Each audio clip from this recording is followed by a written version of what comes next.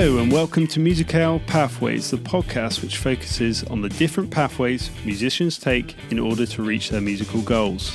Today we're going to be talking to another teacher over at MusicEL so that you can get to know us a little bit better.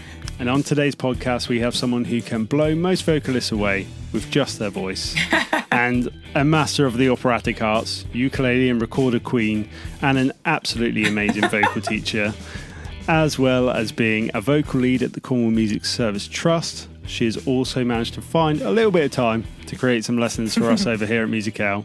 And we have the always awesome Cheryl Brendish. How's it going, Cheryl? Hello. Nice. So, as I said at the top, we're going to kind of look at the ways in which you became a musician, how you developed your skills, how you learned, and how now you teach others. And I guess it all starts all the way back at the beginning. And what role did music play when you were young? Well, if you could speak to my parents, which sadly you can't at the moment, they always said that when I was born singing.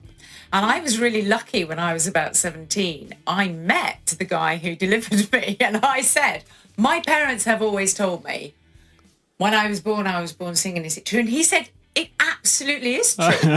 He said, we were like, what is this baby doing? And you were singing. Instead of crying, it was a pitched Instead of crying, movement. I was a pitched movement going on. And I never changed. As a baby, I must have been, and as it stayed all my life, really annoying because I just sang constantly and sang and sang and sang. And when I was about 5 or 6 years old, I asked Mum if I could have a pony and we would keep it in the shed at the bottom of the garden.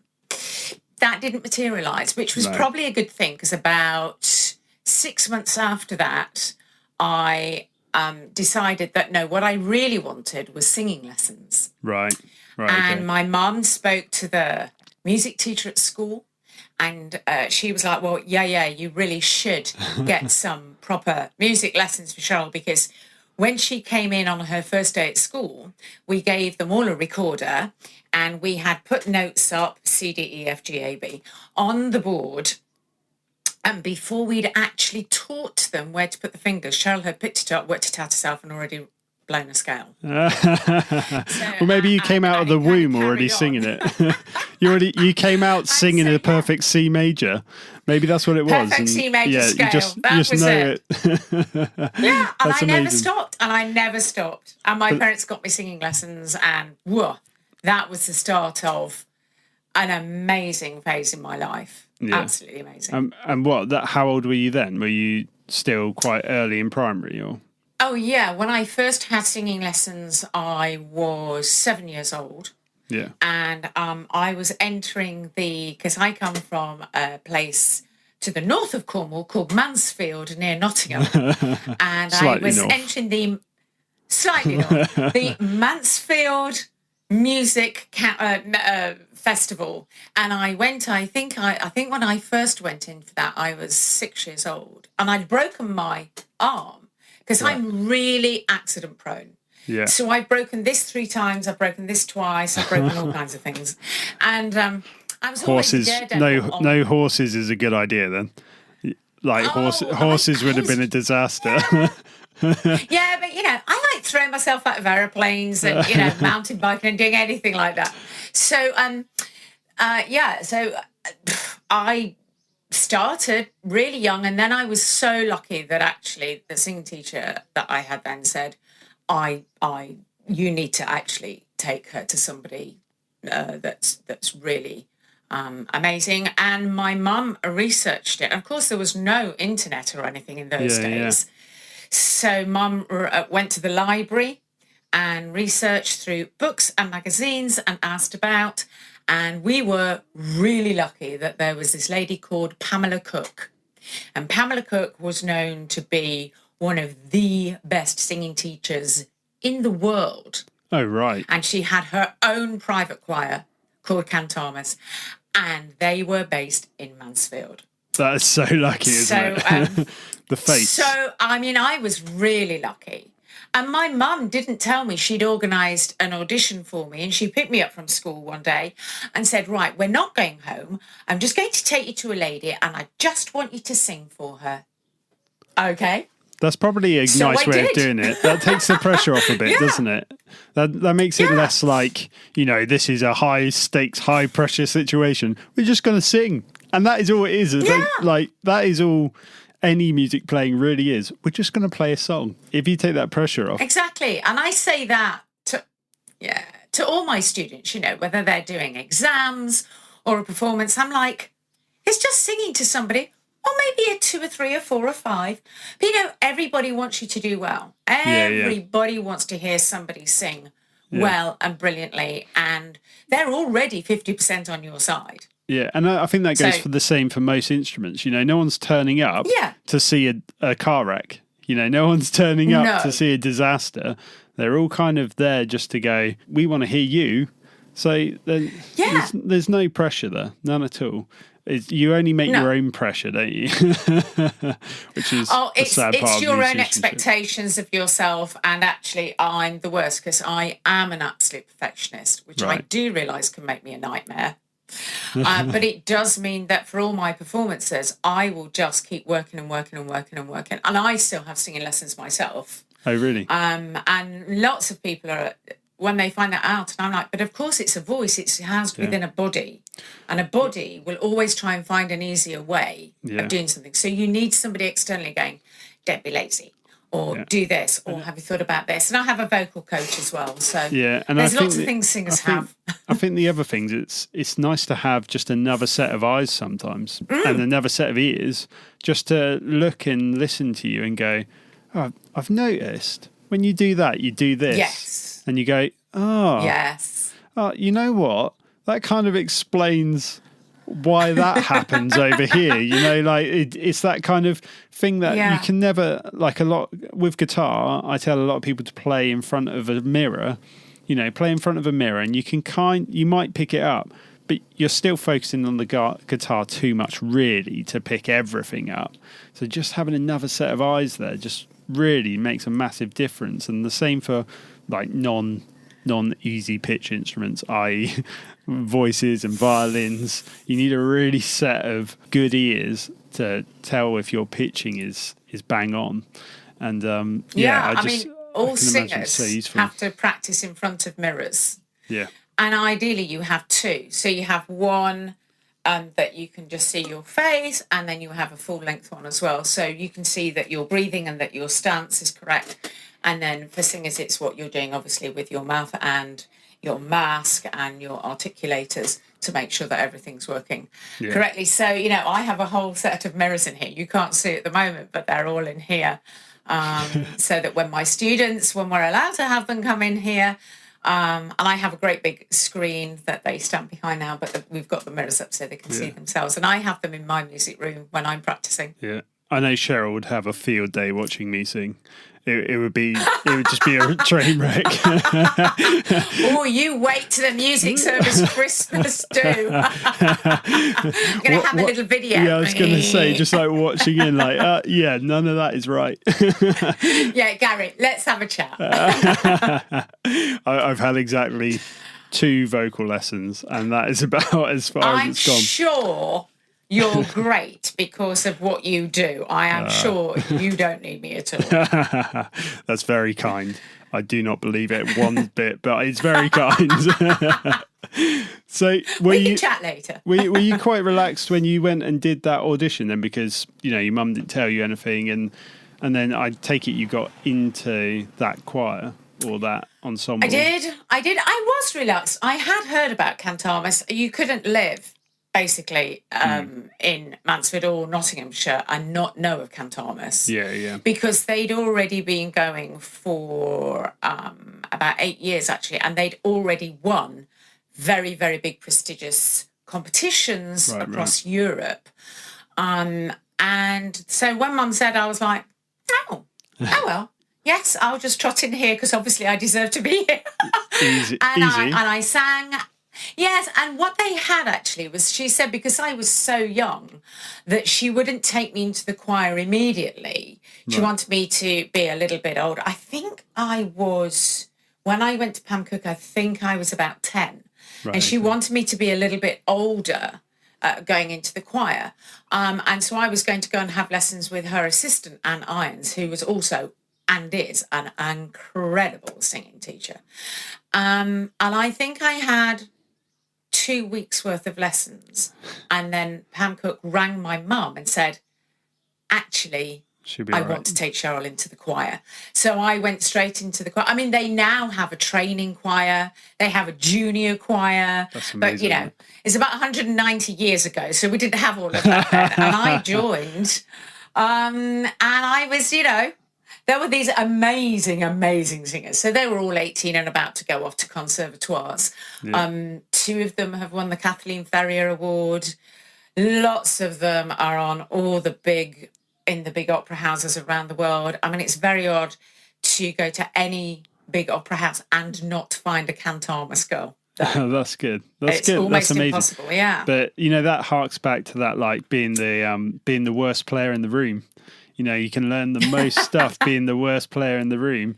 And, if you're just surrounded by those people of that sort of level, it's going to bring your singing on massively, I would imagine. Oh, I mean, it was incredible. And I stayed in the choir until I was 18, because at 18 you have to, because a lot of the competitions, the big choral international competition, we went to Montreux. I think I've got it here. I think I was, oh my goodness. Well, it was 1978. I'm not going to tell you how old I was when I went, but I wasn't very old. But we won. We won the Prix du Public and the Prix du Jury, and we were all given a copy of the winning, and it was absolutely incredible. We beat these phenomenal choirs. One of them was from Poland, a male voice choir from Poland. Absolutely incredible. And they then invited us to go over to this fantastic choral competition in Poland, and you couldn't enter this competition unless you had won another international competition and were then invited. So we did. We raised funds by singing in Mansfield Carnival. Of course, long flowery dresses. You've got to do that stuff. And we did sponsored sings, 24-hour sponsored sings. Yeah. But it's the same, even like I remember one of my first bands, we wanted to go and tour. To tour, you need money. And to get money, quickest way to get money as a band, play every gig that people offer you and dump it all. And you play some horrific gigs. But, that funding allows you to do the thing that you've got your eyes set on. So it does. And it was an incredible experience. I was really lucky. Is choral stuff really big in Poland? It is. Okay. We ended up with pictures of us on billboards, and they had taken pictures of the whole choir and then sectioned us off. And it was. I remember walking round a corner, and come around this corner. I mean, massive proper billboard, and there was me and my 2 friends either side of me. Huge. I was like, oh my. What's that? In our flowery dresses with puff sleeves. Up to here. So they got the right picture, the exact picture you wanted plastered all over a wall. And it's out there. I know where it is. It's hidden because Cantamus have a website, and you can go and see past members and phases of the choir, and nobody ever finds me actually. There's a pseudonym there somewhere. I think if you know me really well, actually, some of my other singer friends have gone, "That's you." And it's like, yes. Oh no!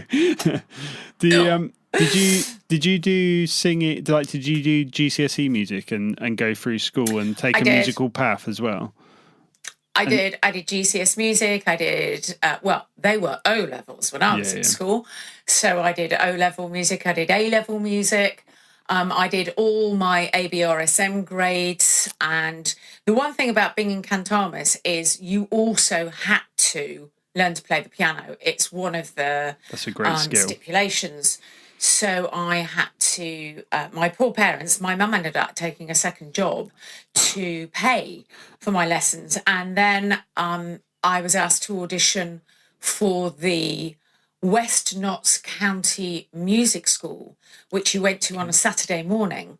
Right, okay. And when you got into that, your first and your second instruments were paid by the county.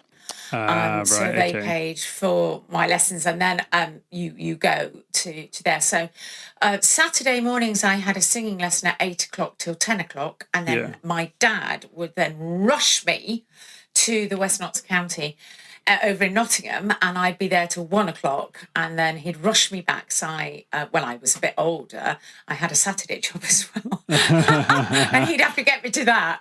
My poor dad. Yeah, I was going to say, it sounds like more like a taxi than anything else. It was. And my mum couldn't do it because my mum was at work at her second job to pay for all these other music lessons that I was having as well, because I played other instruments. It's a great thing to do piano, though. Like, I think I wish I'd done some piano lessons when I was younger, and like my piano playing is a bit ropey. It gets me by, but it's a bit ropey, and I think it's that instrument that just allows you to do so much, and especially I imagine for singing, to accompany yourself and to help with your pitching, it's probably the perfect instrument for doing that kind of stuff. But when you're learning songs, learning whole roles, whether it's in musical theatre or in opera or whatever it is, to be able to teach yourself the song, the melody of the song, but then to actually accompany yourself, so actually, certainly in opera, when you're coming out and you're thinking, oof, that's I've got to find this note from the ether, because the orchestra is not playing any of my note. So you have to play it so that you can just pitch, and you just keep doing it and doing it and doing it, so that you train your ear and your brain and your vocal cords. Now, when you hear this, you sing this note. Yeah, and it's massively useful for harmony, isn't it? Massively useful for harmony. It is, and teaching harmony. It is. Yeah. It's great. I mean, it's a great skill. I mean, I whipped through my grades. So I did I did them spring, summer and Christmas, and I did 2 every time. So I did grades 1 and 2, 3 and 4, 5 and 6, and 7 and 8. So I actually went through all my grades in 18 months. Yeah, that's pretty good going. That was more to do with the fact that I really didn't like that teacher. She used to have a ruler. Oh no. It was that. Oh yeah. That's that but kind. We didn't hit when you did the wrong fingers. She didn't hit with the flat part. Oh what? No. That karate chop. I mean, unbelievable. If you did that now, oh my Lord. But and I would come out and sometimes my fingers were so bruised. And there was only once that my dad said, "What's wrong with your fingers, Cheryl?" And I was like, "You hit me." Yeah. Oh my goodness, my dad reversed that car so fast. Whoa! She never hit me again. That's good. That is good. Yeah. Like, I was like, I'm getting through these grades. Yeah. It's such a weird practice, isn't it? That it is. That's incredible. And someone told me that the classical guitar teachers used to super glue your finger to the back of the guitar to keep it in place, or wrap it like with tape it onto the back of the guitar so that you couldn't move your thumb, so that you had to stay in position. But can you imagine being super glued to a guitar? Wow, this is my positioning. I mean, that is just barbaric. It's pretty insane, isn't it? But then there's definitely in history, there's probably 1,000 worse things that musicians have done to get good at their instruments. So, I mean, in the grand scheme of things, it's probably absolutely fine. Did you go to a conservatoire or something then after? I did. I went to Trinity College of Music. Nice. I did before it moved and joined Laban. I was at the original one. Where was that? In the centre of London, right next door to Selfridges. Cool. That's where all the grants went, let me tell you. Yeah. So I had to get a second job and be a waitress as well. So yes, I went to Trinity, and then did you have a good experience? At the end of that, I actually no. But I think it's better to be honest. It wasn't a great experience. Yeah. I didn't. My singing teachers were amazing. Yeah. I was incredibly lucky. I had James Gadan, and then I switched and I went to Elizabeth Hawes, who was head of vocal studies there. Yeah. And had they were wonderful. Right. And some of my other teachers were fantastic. The problem was with the deputy head of the place, and he was I think he was actually slightly insane. Right. He would have some very strange practices. Not unknown for musicians. And it wasn't good. No, but He wasn't very nice. I think a lot of that schooling has progressed quite massively over quite a short time. Yeah, especially for my side of things, like the less classical things. I mean, I know I've talked to people and they were like, those courses didn't even exist.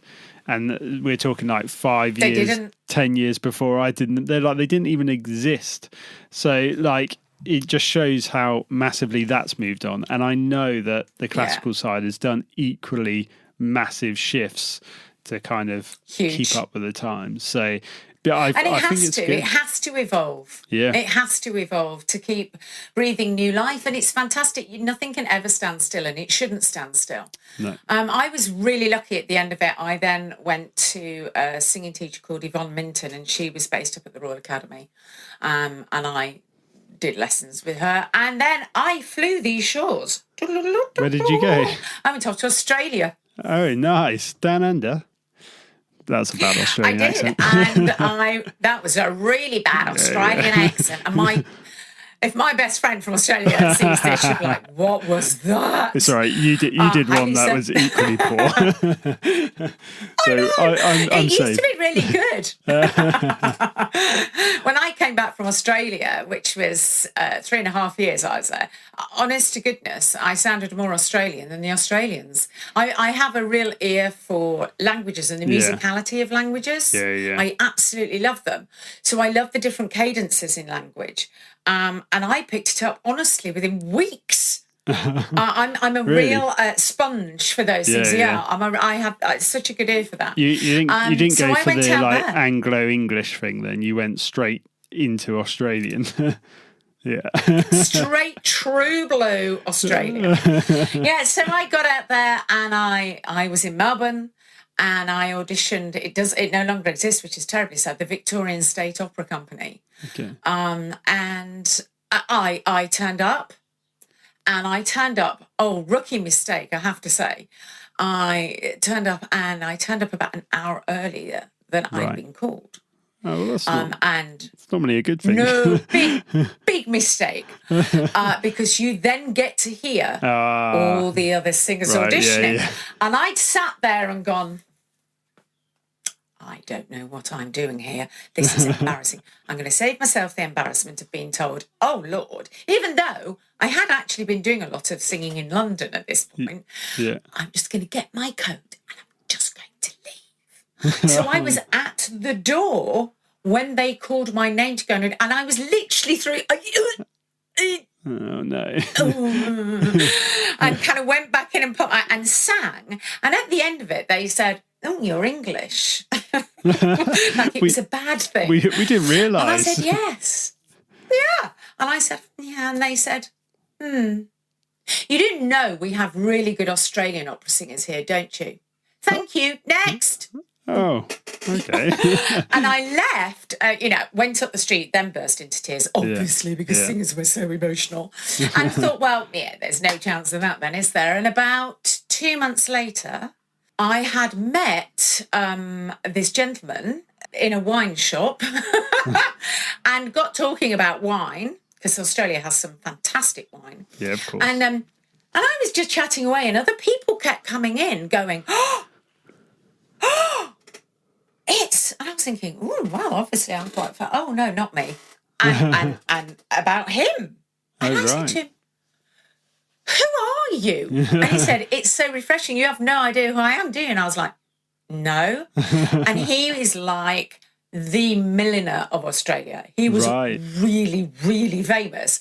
And he also made lots of hats and headpieces and things for the opera company. Right. So we were going, we'd known each other for a while now. So we were going to a party together, him and his boyfriend and me on my own. So I was always the third wheel. And we went to, I went home to get changed and he came and his boyfriend came and joined us.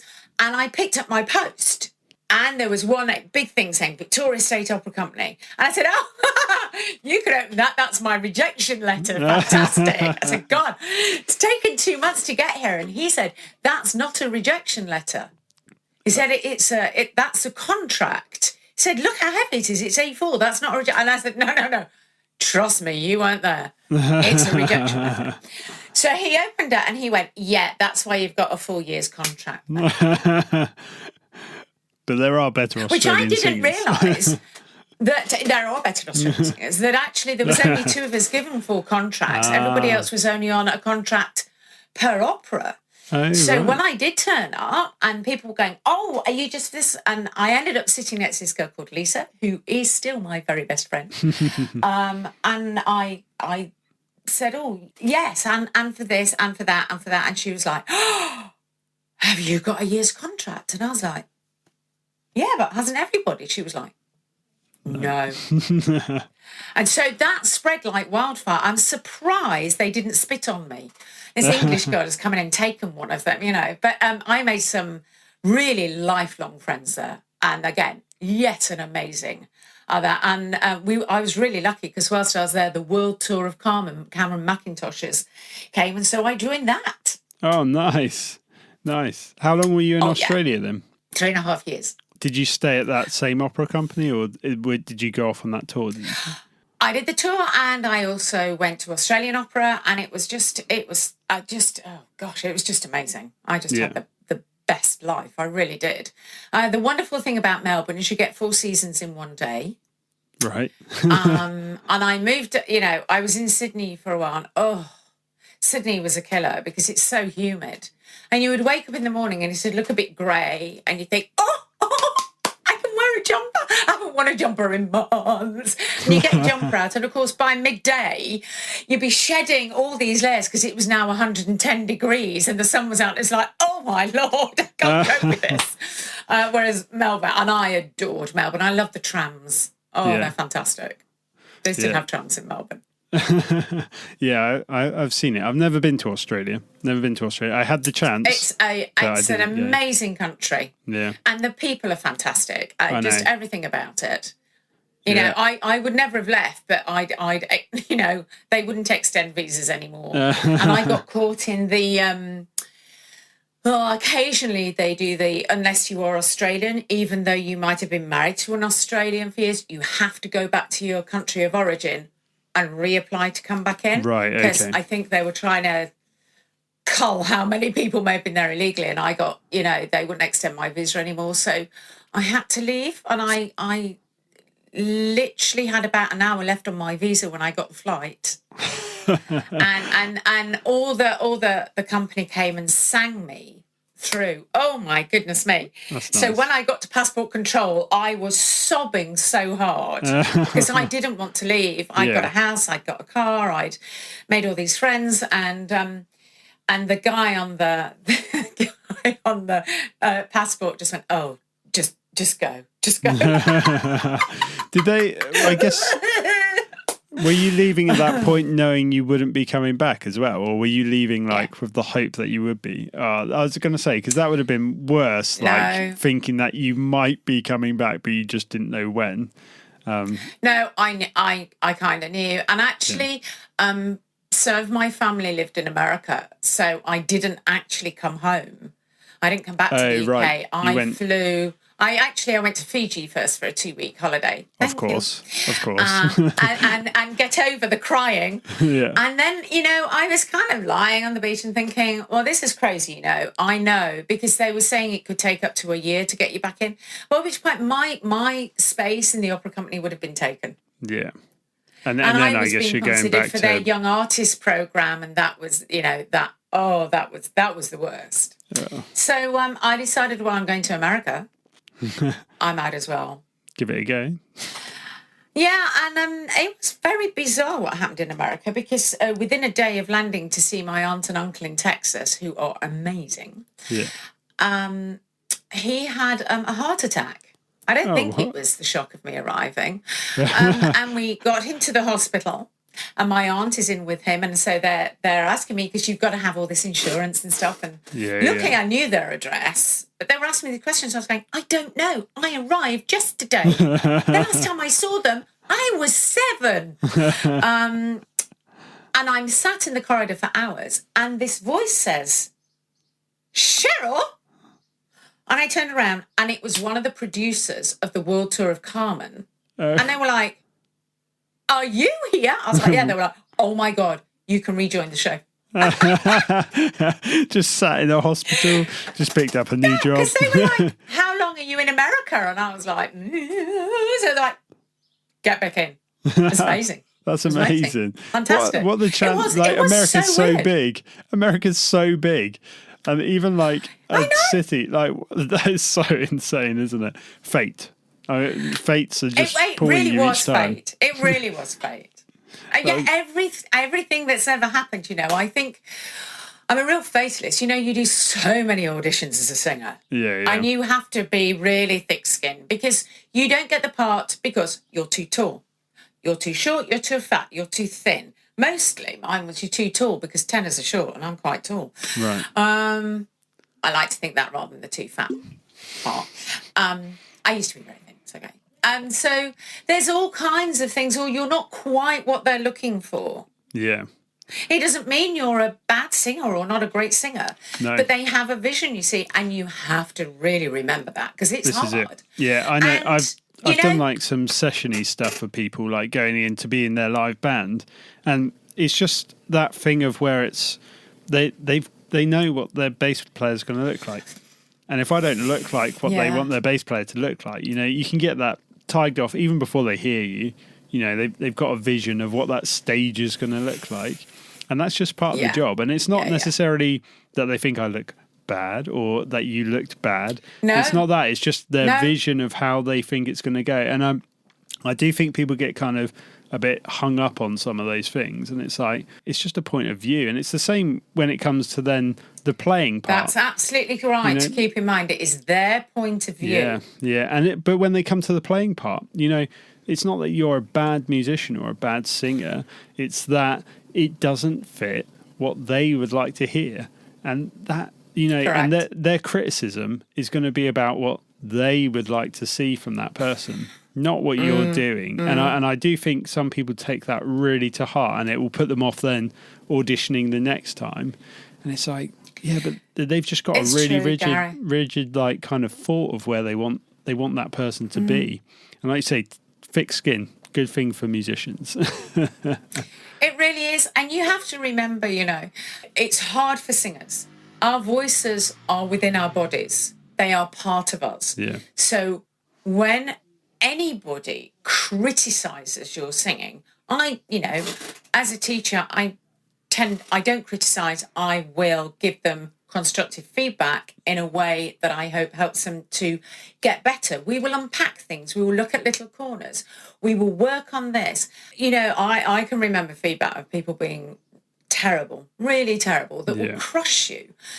And because your instrument is within your body and it is part of you, it is so painful. Yeah. But you have to develop, if you want to be a professional singer, and I am, and when I became one and did it, you have to go, you know what? My instrument is actually separate to me. My instrument, a voice as a singer is separate to me. Yeah. And I have to take care of it far more in a way than perhaps if I just was a keyboard player, not just a keyboard player, but something external to me. Yeah, if you break a string, you can get a new string. Yeah, and if I guess that's key, it goes back to like that. You can get a new key. Yeah, like the tone thing. Like your tone is you. You can't adjust how it you is, and it's completely unique. Yeah. No. Completely unique. Whereas someone could turn around to me and go, actually, I want a P bass sound there. And I just turn around and grab my P bass. And I'd love to say I know what that is, but I'm not. It's like basically all songs recorded are on a specific kind of bass. For the most part, that's probably a bit general, but mostly on the same kind of bass. And so whenever you go into a studio, you take your nice, really expensive bass, and someone just always hands you the same one. So it's one of those things. But like that's the sound again that they want to hear, and for me to change to that doesn't really affect me in any way. it only affects later on. But for you to change the way that you sing, that is a completely different, kettle of fish. Changing your phrasing or whatever it might be, like well, I mean, you can change your phrasing. You can make a brighter tone or a darker tone, but the actual essence of your voice, it's going to be the same. You can't change that. It is going to be that. The timbre of your voice. That is your voice. Yeah. And although I speak quite low, I actually sing quite high. Yeah. I didn't always. I was a mezzo for years. And then when I was about 40, 43, 44, 45, something, my voice just went, oh, for goodness sake, woman, get a grip, and just went, whoop, and went up. And I was like, I'm sure I'm getting to the point in my life where it's supposed to start coming down, but it's still, and I'm not, we're not going into how on. But it was still up there. It was amazing. It's still... and so I keep thinking, I wonder when it's going to start. But it probably means that you probably could have gone there earlier, but something was holding you back from getting there. Oh, no, without a doubt. Pam Cook used to always go, you are not a mezzo, you're a lazy soprano, work harder. So it was always there. There was just an inkling that you wanted to be lower. I just didn't believe it. Believe it. And I think I would listen to these incredible singers, Maria Callas, Renee Fleming now, who's just divine. And it was just Cardiff Singer of the World. Some unbelievable voices. The finalists, well, they could all have won, quite frankly. Yeah. I mean, the young Korean who did win was outstanding, but all of them would have been worthy winners.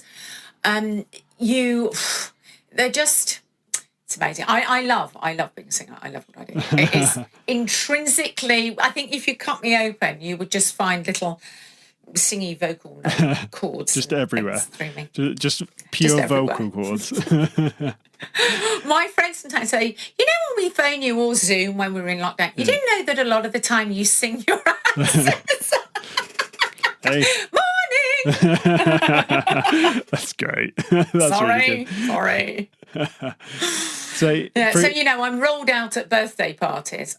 Cheryl will say, happy birthday's coming up. Go on. Oh, yeah. You start us off and we'll mumble the words behind you. A lot of people do that at weddings. Christmas parties. And I've definitely done that at Christmas parties. Yeah. Yes. Just sit in the you corner. kind of go, oh, okay. Yeah. Cheryl's got it, it's fine. My wife, when we did one a few years back, my wife was with me. And everyone started singing one of the songs. And suddenly she just turned around. She was like, I can only hear one person. Who is it? And I was like, yeah, that's Cheryl over there on the opposite side of the room. I thought, she was like, it's great. She's amazing. I was like, yeah, she's good. She's a vocal teacher. Sorry. No, it's great. I just thought it was funny. I thought that was great. But I know, lots of people when we do those sorts of things go, I'm just going to sit near you. And then I don't have to worry. And I'm kind of going, I know what you're doing now. I know what you're doing. So go away. You've got to sing louder. I'm going to be listening to you especially now. Yes. I'm going to mime. Yeah. That would be outstanding if you did that one time. I think everyone would just expect it and they would start and they would just be like... Well, you see, the thing to do is you start... loud. And everybody mumbles and then just cut it. Mime. That would be I can't wait. That'd be awesome. So kind of along those lines of performance, have you got like a favourite or a biggest or best performance? I'm going to use best as in quotes because there's never really a best performance, but one that sticks out to you, I guess. Well, I think there's a few actually. I think for absolute joy of joys, it was actually not me performing. It was watching other performers, and it was in a tube station in London at Christmas time. And these musicians, they weren't the best musicians. They really weren't. But my goodness me, the joy that they had of playing and singing together and what they were doing was electric. It was fantastic. And I adored it. I think I stood there for about an hour. Yeah. And just kept emptying money into it. Fabulous. I just loved it. So there was that. But I think for me performing, Definitely when I was 18, one of the things that we used to do from school when we were A-level students, and actually all the A-level students were all singers, and we were all in cantamus, bar 2 people. And those are the 2 people. One of them went on to be flautist lead desk at the London Symphony Orchestra. Right. London Symphony Orchestra, or one of the big orchestras. Yeah. The rest of us were all in cantamus because I was the era of Margaret Thatcher trying to stop anything creative happening. Right. Okay. So A-level music was taken away from a lot of schools, and only one school in our area did it. And I moved to go to that school to do it, and it was Michael Neame was the head of music. He's the most amazing composer and has done a lot. So a lot of people, if you're watching this, who are choral singers and singers will know Michael Neame's work. And I was really lucky. He was like my second dad. And so I went there and did my A-level music. Yeah.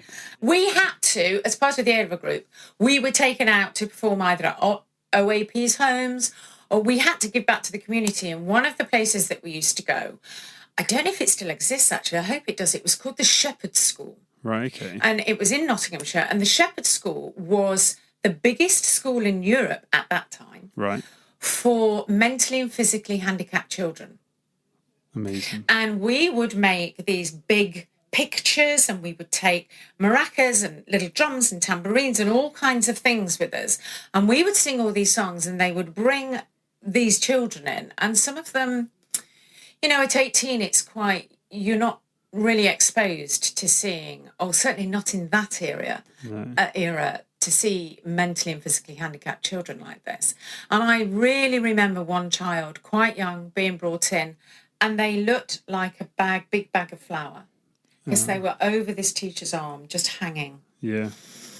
And when we did Puff the Magic Dragon, and we had all the pictures up, and we had the kids doing this child was now kind of sat, and I went over and I put my hands on his hands, and he could feel the vibrations of me singing. And so I put his hand here so he could feel it. And I know I'm going to cry in a minute. And it was amazing. He started to smile, and he started to make noises. And then all the people in the room, the teachers and the carers, started to cry. And at the end, we found out that it was the first time he'd ever made a noise in 5 years. That's amazing, isn't it? That's such a great story. I mean, that was just, oh my goodness me. So for me, there'd be that. Yeah. But if you're talking then professionally on stage, I mean, there are many, but I think Sydney, and we did the World Tour of Carmen. We had a big revolving stage, huge revolving stage. We had real horses, big carriages. They stopped short at a live bull because we'd seen, even though they'd dry fed the horses, what happened on stage. There was a lot of noise with the horses. Yeah. That in front of 50,000 people was quite something. When all my entire costume fell off and I was naked on stage was something else. That is a whole other story. And then I suppose, you know, down here in Cornwall, 3 or 4 years ago, singing the role of Violetta in Traviata for Duchy Opera on the stage at the Minac was really special. The Minac is just like an otherworldly place. Incredible. On a nice day. On a not so nice day, it can be a bit I've sung fierce. In all weathers. I've done the proms down there for about 10 years, and that's been fairly interesting. But they, on our final night there, we had to delay the start of the opera because there were dolphins and there was a whale out in the bay. And there's no point starting when everyone's looking over there. And dolphins. Hello, I'm the soprano dying over here. So we delayed it, and it was amazing because as I died, and I'm not aware of this because I'm saying the movement, and it was very hot this week. I lost a stone in weight in a week. Silver linings. What happened is as I died, a completely huge full moon came right up behind me. That's amazing, isn't it? That is pretty... So, pretty good timing. Good timing. You obviously knew. It was fantastic. I loved it. I absolutely, I loved that role. I love Verdi, singing Verdi. It was really special. And all the people that I perform with. Really very, very fortunate and very fortunate. I still perform with them. And having set up my own opera company, I get to perform with them. So doubly fabulous. All the best stuff. All the best stuff. All the best stuff. Yeah, no, that sounds great. Like I said, I love the Minac.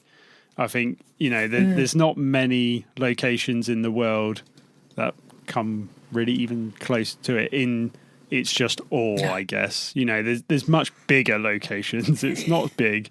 Yeah, but that is really special. The setting. I mean, it's not easy to sing at. No. It is tricky to sing I can't imagine, because it's open air and there's not really any walls. So you've got like no reverb at all, have you? I mean, and nothing coming back at you either, because I would imagine with a lot of bodies in the seats as well, it's probably absorbs most of everything you're putting out there, doesn't it? Yeah, it does. I mean, they do some fold back for you, but it's not the same. What you have to do is you have to rely on your technique. You absolutely have to know that you are singing correctly and not, rely on what you hear. You just have to think technique all the time. And just be aware of where you are so you don't fall off the back. Yeah. I can imagine that also being a bit scary. just keep me at least a meter away. I'm really clumsy. Yeah. Whenever I play live as well, I'm really clumsy. So like I sometimes almost manage to fall over standing up. So I just don't know how. Yeah, I couldn't be quite near an edge like that, I don't think. Oh, I've been up on the fish slab. You know that it kind of is the raised. It looks like the big table mat. Yeah. I've been up there on a table and sung an aria up there and had to pretend I was writing when I was the Countess in Marriage of Figaro. That was probably the bit that made me the most, because that really was like there is about an inch. And oh my God. Right down the cliff in the face. sea. Yeah. I'll be soggy, Countess. Soggy Countess. But it is fantastic. It is in all weathers. I've done lashing rain. We did this wonderful thing down there called One Fine Day. And it was all about Puccini's life. And I sang, Butterfly and a few other things. And one of the ones, an opera that he wrote, was called Manon. And Manon, she dies at the end. I never survive these operas. Is that and like, you die is because that the lead is always going to have this kind of fate in an opera? Not necessarily. It's the voice type. Right, okay. I'm quite a dramatic lyric, so it's the voice type that I have. So I die. And she dies because she dies from being in the desert and no water. Right. And she dies of dehydration. And this day, it was May the 4th, and we did all the May the 4th be with you jokes. Yeah, of course. Was the wettest, worst weather the Minac had ever had. And the rain was coming down so hard, it was bouncing back up and hitting you in the face. And I was singing, one part I came out and sang some Tosca, and I looked across because John Hobbs was singing Scarpia, and actually he was only over there, and the rain was so heavy I couldn't actually see him. Oh my gosh. I couldn't see him. And carried on. And when I was doing the Manon, and I'm in a little calico top and skirt, and it was ripped, in the desert. And I think, well, this is funny, because literally I think I'm going to drown. You could have opened your mouth. So she dies at the end. Oh, it did a few times. I was going to say, you're being drank. You're getting enough water from the sky. Definitely not dying of dehydration there. No, and I died on stage down. And my friends were like, it was hilarious because where your head was, there was little eddies of water around your head. And I said, well, you think that's hilarious? I'm down there thinking, how many inches of water was it that they said that you... it wasn't very many that you would drown in. Yeah, it's an inch. And then I was thinking, I've got to get up and take a bow. And I am very honestly completely wet. Oh, no. Everything. Underwear and all I could think is, how see-through is this? And you can't check until you stand up. Can oh Lord!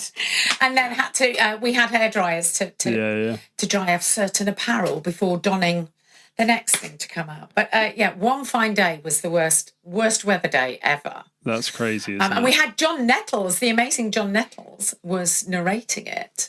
And he got drenched as well. He didn't don, nor did our conductor, who was Paul Drayton at the time. They didn't don any wet weather gear until the interval. And they were in DJs. I mean, they were absolutely soaked. It was amazing. And the chorus were amazing, but we clapped the audience at the end because we still had about 750 people there. That's pretty impressive. Nobody left. That's pretty crazy. I mean, I guess if you've already committed to getting wet a bit, getting more wet, probably, you know, you're done. And I think it's you get to say honor. about it. I was going to say, you get to tell people, oh yeah, I was at the Minac once and we got drenched. Yeah. But I bet it made it all the more dramatic as well, you know. It was definitely that. Yeah. It was definitely that. So we've got... And the drive home was definitely dramatic in the floods. It was it, yeah. Dramatic driving home, and the car was soaked inside. Soaked. Yeah.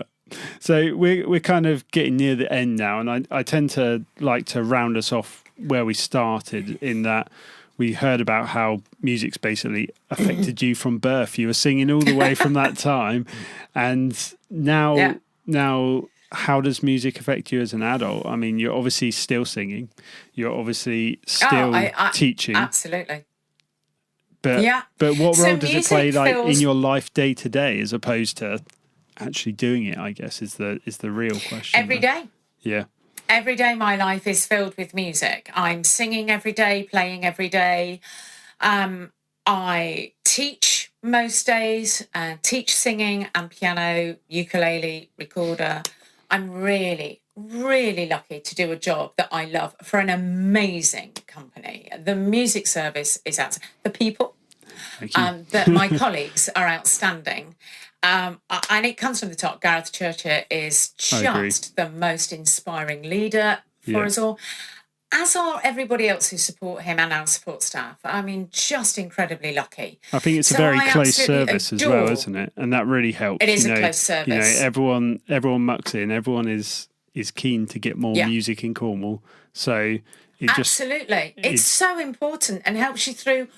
You know, there have been things that have happened in my life, as they do in everybody's lives when you get to a certain age. And music has been the one thing to keep me going.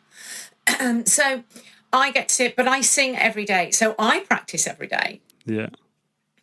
And sing. I mean, the last 18 months, because of COVID, have been really difficult. So all my bookings for me singing within 3 days literally cleared for the whole year. Just gone. Absolutely gone. We've got some of them back now, but I am, and just about 6 months before COVID, I'd set up my own opera company called Intimate Opera Cornwall. We'd done 2 gigs. We had other gigs set up, and of course that all went by. So we are back. We are rehearsing. Actually, we've had a few rehearsals. We're back for another one on Monday in my garden, because we can't be inside, because we're singing at Trevint's, the beautiful house in the gardens, and we're down at Penley Park Theatre doing Italian gala evenings. So I'm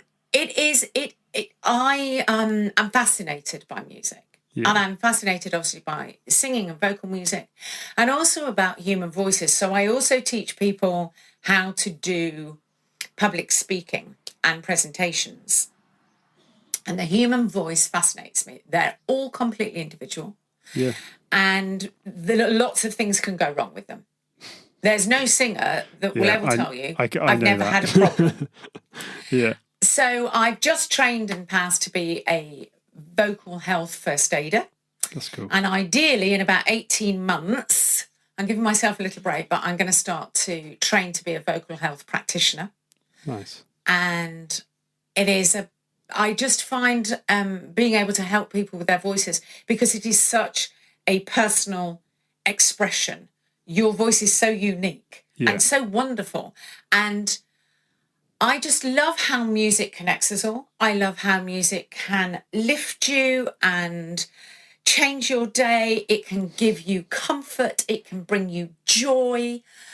And to be able to share our knowledge and our expertise and our love, our absolute love of music to young musicians here in Cornwall, and because of through our online teaching now all over the world, it just gives me goosebumps. I adore it. I'm never happier than when I'm singing. And I get a little bit weird if I'm not performing about every 2 or 3 weeks. So the lockdown was really crazy for me. Well, I just went out and I used to just sing in the garden and out the front of the house when we did the clapping, and the whole village would be like, "Oh, here she is." I bet the neighbours were pleased with that. I mean, they get a free performance. Well, I'm really lucky. I have 2 operas live that side of me. Oh, really? And I have 2, 3 other people who work for the music service live in the village as well. Oh, so you've got a nice little singing commune there, so that you can you can just blast it out, and they'll all just be soaking it in. Yeah, I do go around and I warn my neighbours when we're going to have a rehearsal. So I've got to do that this weekend and go, just to let you know, there's going to be some squawking happening for a couple of hours. Sorry about this. Shut your windows if you don't like it, or sit in the garden if you do, but we're doing a rehearsal, just to let them know. So it doesn't come as a great big shock when all these opera singers let loose. But yes, music is. I bet that makes gardening the reason really I get epic. up and breathe. I bet that makes gardening really epic. Do you know what I mean? Like just chopping the trees down, or planting some plants, and in the background you've got da, da, da, da. Like I can just imagine just the most epic gardening or DIY work. People just need to put a camera on. Don't go in the greenhouse when we're hitting the high notes. That's all I'd say. The glass starts rattling around you. So that's it. I mean, I live, breathe, think music, and I like researching music for the courses, and I'm constantly looking for and developing my own teaching skills and what I understand. So lots of forums, lots of courses that I keep on and keep relevant. Because I don't just teach classical, obviously I teach musical theatre and pop and folk and all kinds because everybody needs to be able to sing all kinds of things. So you have to teach them techniques so that keeps their voices healthy. And I absolutely love it. I think I'd stop living if I couldn't have music. I don't know. Somebody asked me a while ago, what would you have been if you hadn't been a singer? And I just looked and went, a singer.